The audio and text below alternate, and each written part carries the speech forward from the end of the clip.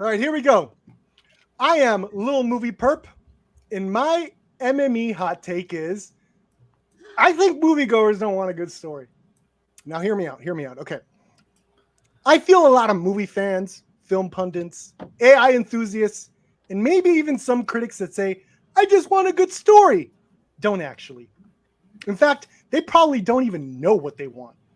We live in a time where we have access to stories from all over the world, and yet it appears we want specific stories told by specific people, and when we don't get them, we're mad and tell them to fix it or try again, never looking beyond what you heard me, five studios have to offer. That's sad. Now, there's a movie out there called One Cut of the Dead.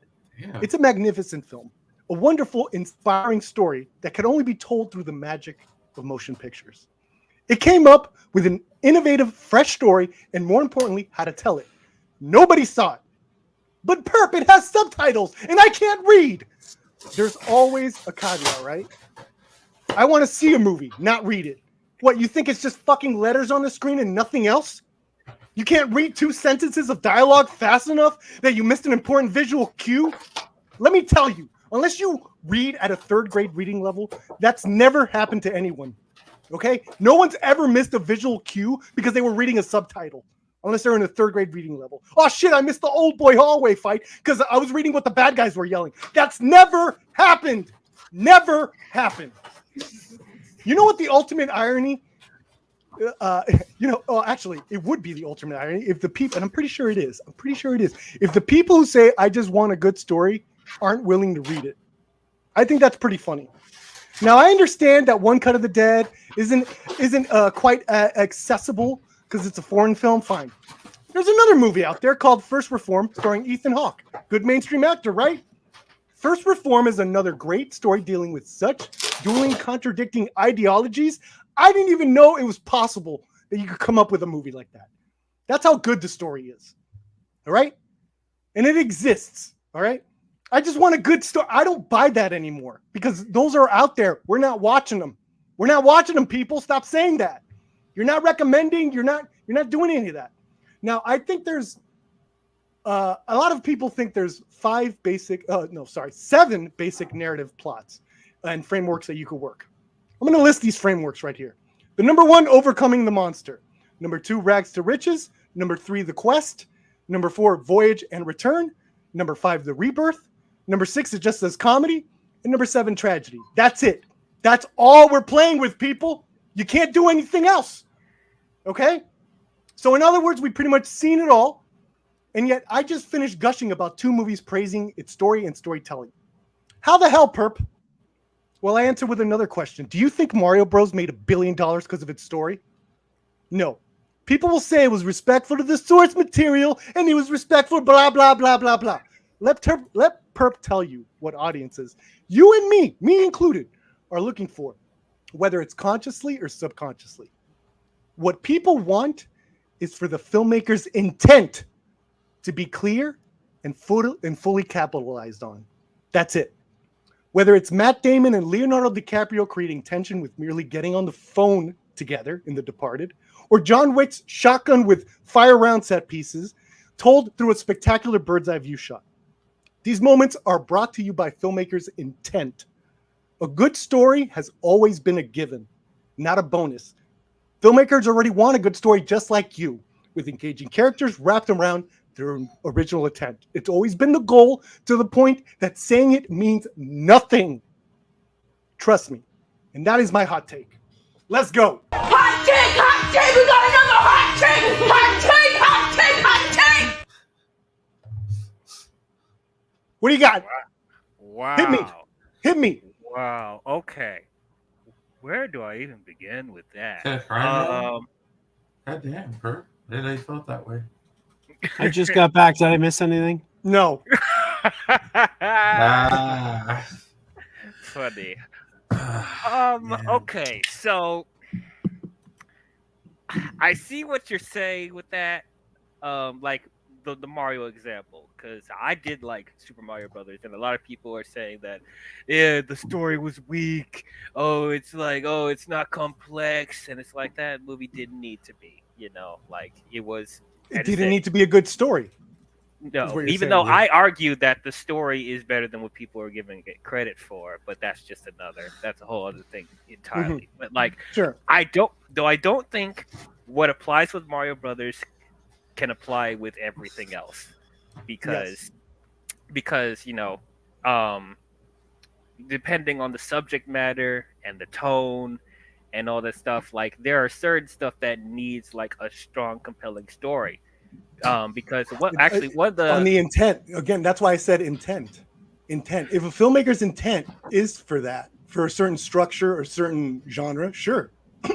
But then when you have like indie movies, like when you have like a movie, let's say, I wanted to bring up so many examples, like a movie like Slacker or Magnolia, right? The intent is different. That doesn't follow the same like sort of framework. So then what is a good story, right?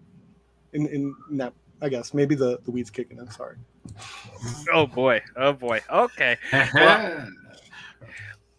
Well, I've said like the most like to kind of piggyback on that a little bit. I've said like for me, when it comes to films, like I think as long as the characters that you're following, that you are engaged with, or you're invested in what the characters are doing, like the stuff with the story and the structure can, they could be a little bit weak as long as you are invested in what the characters are doing. Exactly.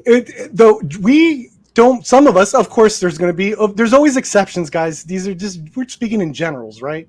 Mm-hmm. We don't care that John Wick 4, for the most part, didn't have like the most compelling story. The intent was always going to be in the action sequences and in the characters, and sort of like almost world building before story. You know what I'm saying? Mm-hmm. Like there's different avenues, and that's why I think it's important for filmmakers' intent, because it's like what you want out of it, right? We were talking literally last year, about Terrifier 2 because of the gore, right? People were loving it. People were saying, "Oh my god, this is the most brutal slasher movie ever." It was like it was becoming like a huge indie hit, like unfathomable, right? And I think it's because the filmmaker's intent is like, I'm going to make the most brutal freaking slasher movie ever made. That's it. He's going to try to make a good story around it because that's always there. But I think the original intent, whether it's John Wick or Mario, right? It's not quite a quote unquote a good story, and I think audiences know that. Okay, so they just like, maybe even subconsciously. I don't know. What do you think? What do you think about that, Joe? What I just said? I agree.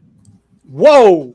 Oh, that is a hot. Now I know it's a hot take. See, I feel like that's what I've been saying for months. I mean, not in so many words, but that's like when I gave Max a hard time for saying, I can't see Shazam 2 because it's not part of the connected universe. And I said, they're telling you a story. They have a story with a beginning, a middle, and an end. Yeah. The fact that Sandberg's original intent was not to connect it. It was to tell his story, Yeah.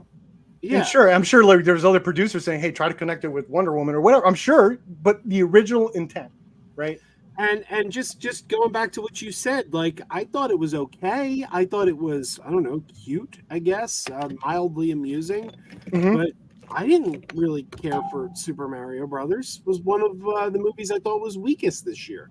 Mm-hmm. And I didn't really care for John Wick because, as I said before, I felt like the story kind of stopped giving us new twists in John Wick Chapter 2. Yeah. 3 and 4 just seemed to be more of the same. It was just everybody wants to kill John Wick. He wants to stay alive. Yeah. And it's like 2 hours. I think John Wick 4 specific, like the sequel specialized in great character and acting. Like the characters, the side characters were all great. Like every single villain in John Wick has been great, except for part 2, actually. I've loved every single villain. I want a good story. I maybe I'm different because I want a good story whenever I go to the movies. Sure. That's what I want, with one exception. Only exception to the rule is comedy. If you're making me laugh, I don't really care. Like, I mean, if your story doesn't hang together, but you're getting me to laugh, yeah, I can ignore a lot of things in the course of comedy. Yes. Yeah. Yeah. You can see where an engaging story does bring it up. Like I love Hot Rod, right? But then, to contradict what I just said, it's The Hangover that's like a huge $100 million hit, because I think that is like a catchy setup and gimmick of a story. Although The Hangover did completely rip their plot off of Dude, Where's My Car? Yeah. True. Same story. That's true. Shibby. But going back to your your examples for John Wick that you said, like after 2, like the story start getting repetitive, that everybody wants to kill John Wick. Doesn't that add to the point though? Because like, at least for me, the first John Wick is still my favorite because that's when John Wick's story was the most personal and intimate. So it's like, doesn't that support the fact that actually people do want to see a good story, or like see something more compelling with the characters then, if stuff like that is feeling more repetitive? Because I agree with you, after the second movie, even though I enjoy all 4 of them, after the second movie it did start feeling like the same thing, like everyone's just trying to kill John Wick, when the first movie was like was getting more into John Wick's psyche, and we actually got his motivation of why he got out of retirement and started becoming an assassin again, and the stuff with the dog. Without that stuff, we wouldn't give a shit about what John Wick does after that point. I mean, maybe, but which one's made more? The first one or the other ones? The other ones. Fair enough, because the action and the world building. The action. Also, to be fair, I don't think most people heard of when John Wick came out. It was a movie that was intended to go direct to video, and then it ended up going to theaters. I didn't. It was because it did phenomenal in the festival market. People were like saying it's like the best movie of many great festivals, genre festivals. I never heard of John Wick. I never heard of it until it was already on DVD and Blu-ray. And then people were like, "Hey, have you seen John Wick?" I'm like, "What the hell's that?" And they're like, "Oh, it's this Keanu Reeves movie." I'm like, "I've never even heard of it." And then I watched it on DVD, and I'm like, "Oh, this is great." But it's like, yeah, so I saw 2, 3, and 4 in the theater. I didn't see the first one in the theater because I never heard of it. And I think that's what happened with a lot of people. I think that's a movie series that the reputation grew. So I'm not mistaken. I believe each one did better than the one before it. Yeah. Anything to add, Brian? No, I honestly, once again, kind of agree. I mean, go watch Under Siege 2 for the riveting plot lines. You got to watch Steven Seagal break somebody's arm. The big movies, people generally, and there's always exceptions. Once again, there's always clearly Oppenheimer is being seen because of its, well, I guess the directing, but also that's just a story movie, right? So people are going to see it. There's no big flash or spectacle. I think we're still in a spectacle state. Since the 70s, it has not changed whatsoever. People still want spectacle. You don't think it's plateaued a bit though? Like they want mature spectacle now. Like dark again. I think the big game changers were Jaws, Star Wars. Probably Back to the Future, Avatar, Batman. Yeah, Batman. And then I think Batman again. I think Batman did it twice with Dark Knight. Dark Knight changed the game again, and people were like, "Okay, that's what we need to do. Make it real. Make Jurassic the most." Park. Yeah, Jurassic Park was another one. Yeah, that one. They're all spectacles, right? And we're still in spectacle mode. But now it's like deconstructing the spectacle in a way. That's sort of that's where we're at right now. But I think even with all of those examples we just named, behind that spectacle was great character work and a compelling story, though. Because they did it. I think they did that because that's how they did it back then. I don't think because they created the spectacle, but they were like hardcore filmmakers that, all right, I'll do the spectacle movie, but I'm a story guy. I did all this shit, and they put it in there, and then you're getting, the ripoff. Then you're getting not to, I don't like to crap on anyone, but then you get the Michael Bays and Roland Emmerichs afterwards that are just the technical, Yeah, that's big coming from Perf because he loves Michael Bay. I do, again, because I know his intent. That guy likes explosions. He's going to do his car chase. He's going to do his explosions, and he's going to do it his way. That's why I love his movies. Though I could see them, and I'm like, yeah, they're not. I could see them why they're not good. I'd see why I see other people's perspectives 110%. I am not a fan of Roland Emmerich at all, but I will defend the first Independence Day to the death. I think that's actually that's a really tightly plotted story. If you and people will say the first half. Yeah, people will go like, it doesn't make sense that they could upload a computer virus from an Apple computer to a spaceship, and it's like, well, if you pay attention to the movie, it does make sense because they told us in the movie that they were using our satellites against us. And they told us that we were studying their spaceship for years. And apparently there was a line of dialogue that didn't make it to the final product where they revealed that our technology today was backwards engineered from the crashed spaceship. So it does make sense. Yeah, I liked the Bad Boys movies too. Yeah. You like the third one too? Oh yeah, I think that was my favorite. No, But nice. but for me, I mean, I am a story person when it comes to that stuff.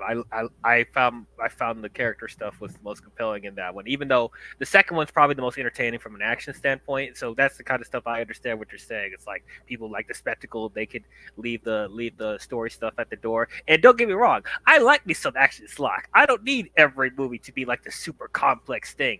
I've said numerous times I love Godzilla versus Kong. Does the plot make sense in that? Not fully, but it's a blast from start to finish. So it's like I can definitely enjoy that type of stuff. Now, Creative. Yeah. Yeah, No. Okay. So okay, you said you like. Why don't you watch foreign films personally? Like, if you're into stories, why aren't you watching why aren't you like every year best screenplay Oscars? Do you watch every single best screenplay? Those are pretty much the best stories, right? Even the one I mentioned, First Reform, was nominated. That's why I even saw it. okay, so I'm gonna sound like a huge contradiction. Okay, let's go. Let's go. I have tried to watch foreign films in the past, and not only with films, but like with anime as well. I the language barrier.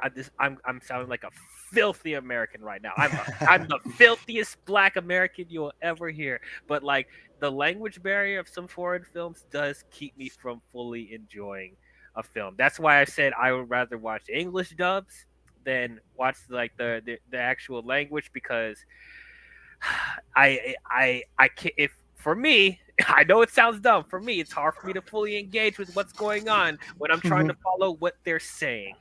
And Take it especially, on, DL. Come on, DL. especially with anime that like the pacing goes 100 miles an hour, and it's like, and there's a lot of stuff that they put in anime as far as story and like character stuff and whatever, and it goes by so fast. So when Yeah.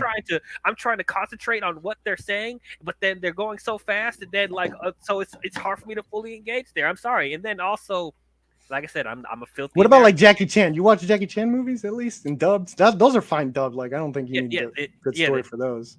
Yeah, like that, and even like the the Bruce Lee movies. I love the Bruce Lee movies. Oh, face. So it's like that stuff I like. But like other foreign films, there are some good foreign films out there. You're absolutely right. Like when you're talking about films that have good story, there are definitely some foreign films out Yeah, there that are and not only that, I think we've also, there's a lot of like obviously specialties and like genres we love. Like, I understand. I'm not watching freaking a drama from like Poland. I'm like going for my genre stuff, and I think a lot of foreign territories now are keeping up with the effects of American territories now. So it's like, if you like comic book movies, check out comic book movies from other countries. Like, they're pretty much on par, at least effects wise. Maybe not like with the practical stuff, and the explosions aren't as big or anything like that, but they're really good, and they're interesting stories and stuff like that. So I want to push that more. In Now, general. that's a big point of contention there when it comes to superhero movies. That's an argument. Like how much does a story matter with those type of films? Because we've seen how people respond to comic book films and comic book stuff as of late. Yeah. Like with Marvel and DC, it's been like kind of mixed. But then you have other stuff like The Boys, and Gen V just came out, and people are loving that. So it's like, I do think it depends on what the material is, and I guess what you said, what the director's intent is. Like I'm sure when you speak to a lot of general movie going on, it's like the casuals. Like some people probably don't focus on story as much as we do, but like they just want to have a good time, spectacle, stuff like that. So I What don't know. universe is it in? Oh.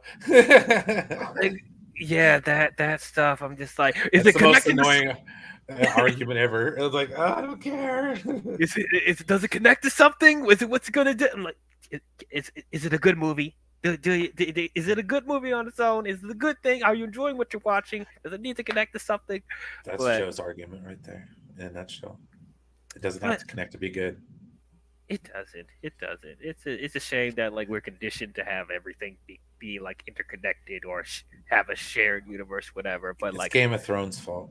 And I'll tell you, I didn't agree. I didn't agree with Martin Scorsese in his anti-Marvel rants until I started seeing people say, like when I said, how come it needs to be connected to something? How come you can't just enjoy it for what it is? And so many people, including Max, but not just Max. So I've many said people, it many so times. many people said to me, Marvel conditioned us to look for that. They And did. it's like, well, if that's the case, Scorsese's right. Marvel is actually being damaging to the movies. If they're putting us in a place where we're not going to go see a movie unless it's got a connection to something else, then that is the death of cinema. Yeah, that's why I think it's very important for me to. I'm always saying all these weirdo movies, indie movies, foreign films, is because people's diet really needs to expand when it comes to the media consumption. Again, we're only watching movies from 5 studios, and they're all copying each other. Two. Constantly. Let's be fair, buddy. 2 studios. Okay, two studios, and they're Warner like Brothers and Disney. That's it. That's it. Yeah. Well, Paramount. Yeah, I don't know. They Sure. got superhero wise, okay? And Universal. Universal's trying to throw his hat in the ring. Sony, you know what? You got to respect Sony, man. I know people love to trash Sony for some reason, but well, because of the Spider-Verse movies. But that's the thing. We can talk about Morbius, but most of those have been good movies. But the thing is, forget about universes. They're the studio that is most committed to the theatrical experience and not rushing things to digital. Quentin Tarantino said that's the studio he's going to do all his work for because of their commitment to theaters. So, dear God, I throw my support behind Sony. God bless them. Yeah, I definitely respect them for that. They easily could have had their own streaming service or whatever, but they're like, nope, we're not doing that. Theatrical experience. They had their own streaming service. They were probably smart and just wait. Let's see how everyone else does first, and then they saw that plateau and they were like, nope. Yep, they saw what they did with the HBO Max in 2021 with those releases, and Peacock having stuff be day and date on with stuff like that. So it's like, yeah, not great. By the way, you can put this in as a mini hot take.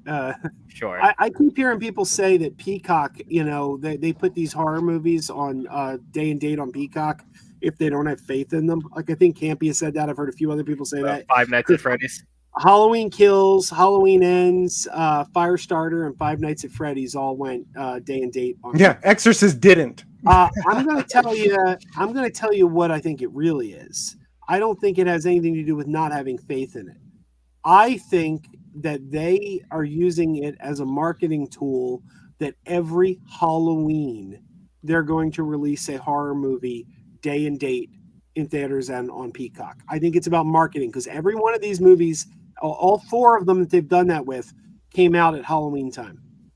All 4 of them. And all 4 of them were Blumhouse. I think there's something in their contract where they have a deal with Blumhouse that every year they're going to put one of the Blumhouse movies day and date on Peacock. I think it's predetermined. I don't think they even know what the quality of the film is yet. Like I bet you next year, a movie that hasn't even been shot yet, there will be a Halloween movie from Universal that comes day and date on Peacock. Well, you know what makes Blumhouse? I actually met with them. I don't know if I could talk about that. Okay, I met with Blumhouse, and I know they have this brilliant model. What they do is they shoot their movies like TV. So what they do is they get this. Let's say it was New Orleans when I was talking to them. They get a spot in New Orleans with a crew. Then they get like 6 scripts, 6 directors. Those 6 directors works with that crew, the same crew in New Orleans. So they're able to pump out these movies like they're episodes of a TV show. And I just saw Totally Killer, and it was great. It was a lot of fun on Amazon. I think that was Blumhouse. And it's like, yeah, you could do these movies for pretty cheap, especially horror. Like that's how to do it with horror. Treat it like a TV show because it's the same budget, lower. Yeah, honestly, it's genius. Those guys are geniuses over there. For sure. Like it seems like the horror movies are like the most profitable movies to make. You see, best genre ever. Yeah, and exactly why, like, speaking of shared universes, that's why the Conjuring films have been able to shell out as much movies as they have because they make them for dirt cheap and they easily make a profit opening weekend. They easily make their money back. Horror fans are so loyal. They go Yeah. out and they see these movies, like even the Halloween movies that went day and date to Peacock. People are like, "Why would you go to the theater when it's on Peacock?" People went to the theater. Halloween ends, Halloween kills. They turn a profit in theaters. I've had so many great experiences with the Halloween franchise, specifically because I went to the theaters, and then you see the movie at home, and you're like, "Oh, this was, H2O specifically."